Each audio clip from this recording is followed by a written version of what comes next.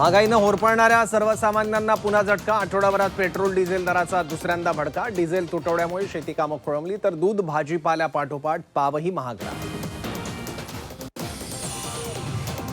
एसटीची भाडेवाढ तुर्तास लांबणीवर. डिझेलचे दर स्थिरावल्यानंतर निर्णयाची शक्यता. भाडेवाढ झाल्यास प्रवाशांच्या संतापाचा भडका उडण्याची शक्यता.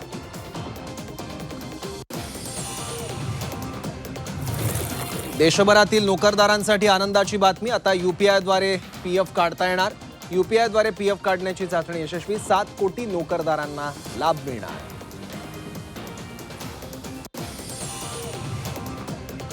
उत्तर प्रदेश आणि हरियाणात उष्णतेची तीव्र लाट. देशातील 22 शहरांमध्ये तापमान 45 अंशांच्या वर. यूपीतील बांदा जगातील तिसरं उष्ण ठिकाण. देशात बांदा सर्वात उष्ण शहर. बांदा शहराचा पारा 48.2 अंशांवर. राज्यात पाणी टंचाईच्या झळा तीव्र. राज्यातील अनेक भागात भीषण पाणी टंचाई. 15 जिल्ह्यात 706 टँकरद्वारे पाणी पुरवठा. राज्यातील 633 गावं 1652 वाड्यांना टँकरनं पाणी पुरवठा. विदर्भातील तापमान आणखी वाढण्याची शक्यता. पुढील 3 दिवस विदर्भात उष्णतेच्या लाटेचा इशारा. विदर्भातील पारा 46 अंश पार जाण्याची शक्यता.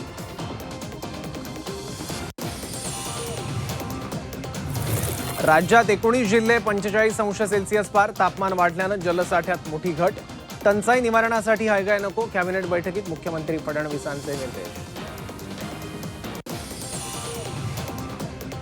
वांद्रे गरीबनगरचा चेहरामोहरा एका दिवसात बदलला. काल गरीबनगर इथं अतिक्रमणावर कारवाई. काल दिवसभरात 400 ते 500 बांधकामांवर बुलडोझर. वांद्रे स्थानक परिसर मोकळा श्वास घेणार.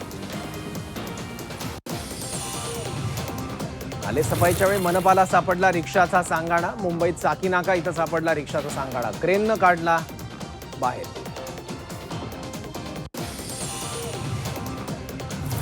सलमान खानच्या इमारतीमध्ये कोब्राची एंट्री. वांद्रे इथल्या गॅलेक्सी इमारतीमध्ये सापांचा सुळसुळाट. धामण सापाला पकडण्यात यश. इमारतीच्या परिसरात नागाचाही वावर.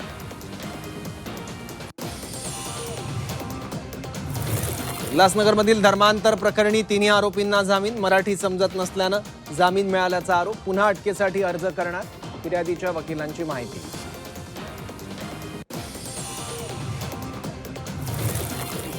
मागासवर्गीय उमेदवारांना खुल्या प्रवर्गातून वगळण्याचा निर्णय स्थगित. मंत्रिमंडळ बैठकीतील निर्णयाला तात्पुरत्या स्वरूपात स्थगिती. महाधिवक्त्यांच्या अभिप्रायानंतर अंतिम निर्णय घेतला जाणार.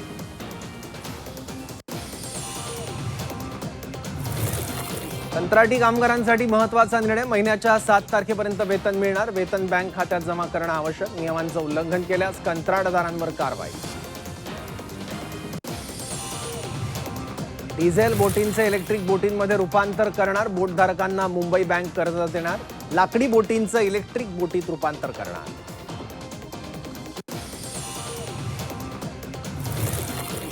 पाकिस्तानकडून गुप्तपणे सौदीत लष्कर तैनात. सौदीच्या संरक्षणासाठी 8000 सैनिक. 16 लढाऊ विमानं दाखल.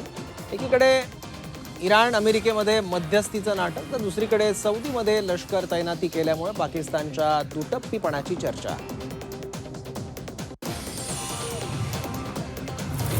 नाशिकमध्ये तरुणावर जीवघेणा हल्ला. 3 ते 4 जणांचा तरुणाला बेदम चोप. शिंगाडा तलाव परिसरातली घटना. हल्ल्यात तरुण गंभीर जखमी.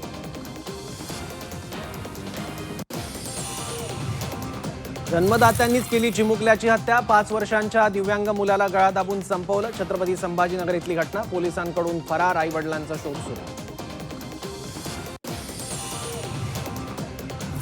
सलग 4थ्या दिवशी हिंगोलीमध्ये डिझेलचा तुटवडा. डिझेल अभावी मशागतीची कामं रखडली. डिझेलसाठी शेतकऱ्यांच्या पेट्रोल पंपावर रांगा. डिझेल पुरवठा सुरळीत करण्याची मागणी.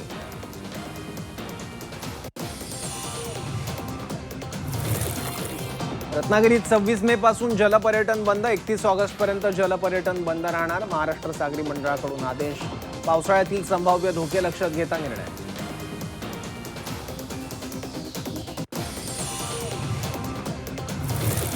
भंडाऱ्याच्या उमरीत बिबट्या जेरबंद. 3 तासांच्या प्रयत्नानंतर बिबट्या जेरबंद. कालव्यात दडून बसला होता बिबट्या.